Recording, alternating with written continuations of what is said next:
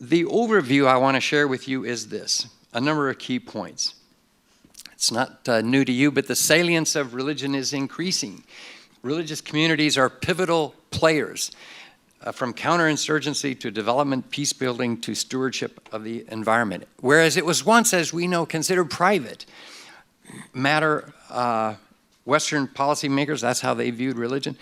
It is now playing an increasingly influential role in so many ways, both positive and negative. And I don't need to recount them, but you know as well as I do that religious activism was behind the 9/11 attacks, but also the fall of the Berlin Wall.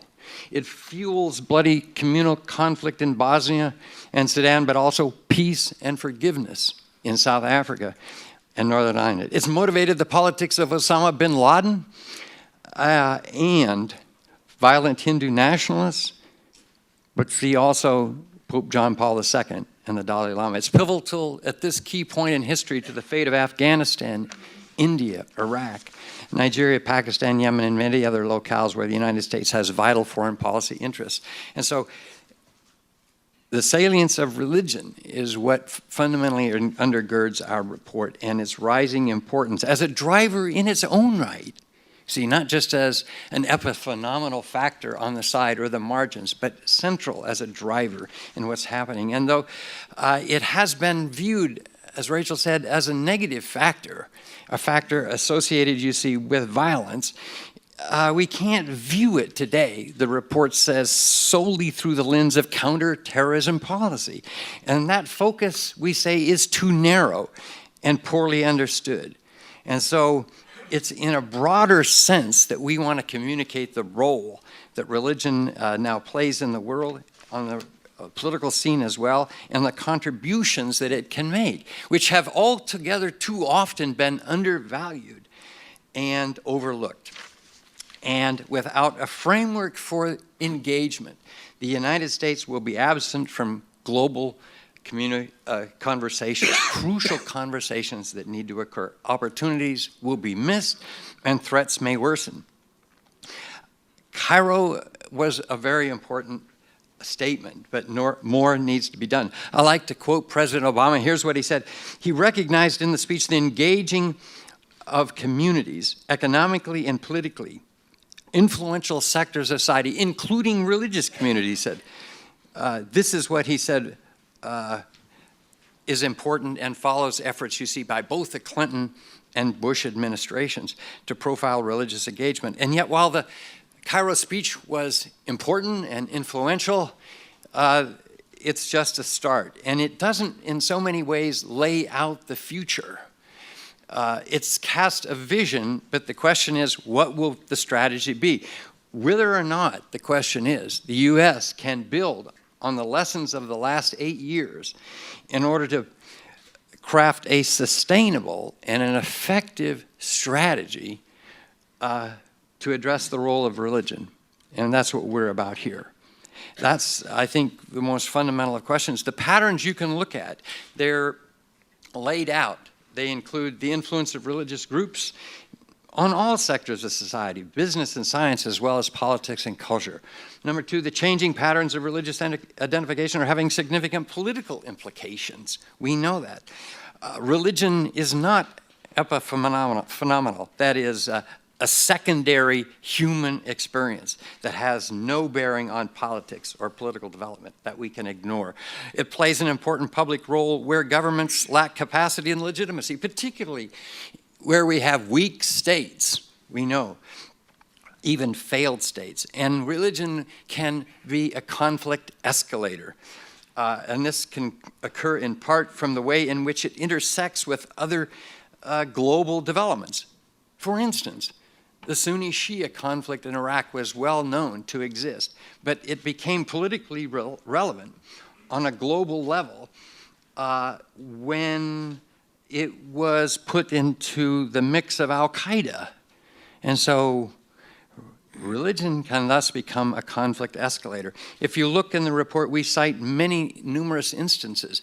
One of those that particularly I reference with and asked the report to include the way in which, for example, American evangelical engagement on Israel has been used at times to be a conflict escalator and to deny, I think, the peace process that ought to go forward in that part of the world. Growing salience of religion also deepens the political significance of religious freedom. And we'll look at the aspects of that in the future, but as we converse. But Obama put it this way. He said, people should be free to choose and live their faith based upon the persuasion of the mind, heart, and the soul. And yet we know the fact is that religious freedom has been used, in ways that overseas people believe this is something a part of, what would be a Christian crusade or Western imperialism. And so the logical question then is, how does it play a role rightly? That is religious freedom. Why should it matter to the United States government? We do here. Well, we know the United States government has, on only an episodic level, an infrequent level, and sometimes ill-considered, engaged with religion. The challenges that we face are global. Rogue regimes, terrorism, pandemics. But the context, we say, is local, and the key actors are often religious. Finally, let me say the three strategic strategies that we, and challenges that we enunciate in the report are: one, the need to maintain long-term health of bilateral alliances while supporting liberalization in countries where the likely winner of elections is anti-American. And we deal specifically with the Muslim Brotherhood in Egypt as a case example. And we know, for example, the foundation of U.S. security depends on our alliances, but at times those alliances come in conflict with our deeply felt views about the need for democratization and human rights. And so these two elements, U.S. security alliances and democratization, we point out in the report, these two elements are sometimes in conflict. You well know that. And so we say a second strategic challenge is to promote human rights, but in a way that is not perceived as an assault on local faith and custom. And we've always been known as a nation that supports human rights. And yet, as I said earlier, the emphasis on advocacy of human rights and religious freedom are perceived in some parts of the world as part of an anti-religious or pro-Christian imperialist strategy by Western powers. And so how do we do it in a way that it's not perceived as an assault? That's the second main strategic challenge. The third is the need to marginalize extremists without counterproductive involvement in intra-religious debates. This, I think, will challenge us as much as anything in the coming years. Religions are not monolithic, we say in the report, nor are the political movements they inspire. And so how do we practice this engagement, religious engagement, in ways that are not perceived as simply the manipulation of religious groups? We can talk about that here.